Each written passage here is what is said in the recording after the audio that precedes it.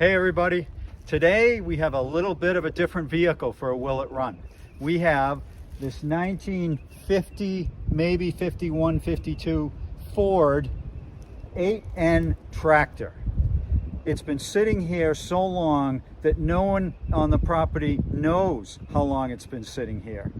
The interesting thing is, when it comes to tractors, I know about as much as someone who's never seen a tractor before.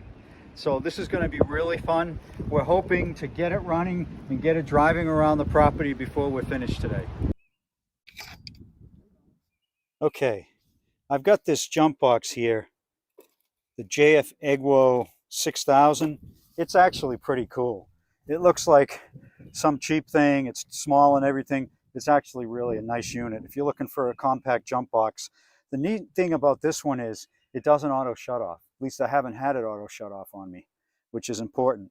I'm going to bypass the solenoid and go right 12 volts to the starter and see what happens.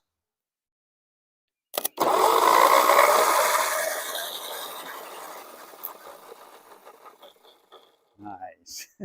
See how fast that 6 volt starter turns with 12 volts? Come on.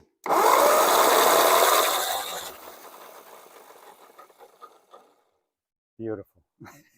Isn't that a sweet sound? All right, it's running great now.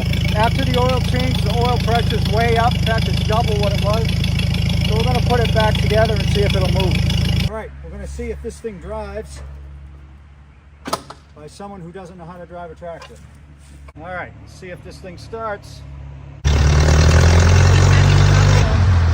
Getting it going.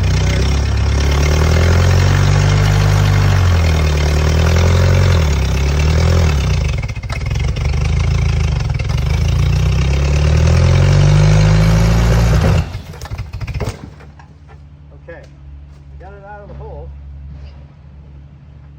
Got it out of the hole. All right, I put some gear oil in it.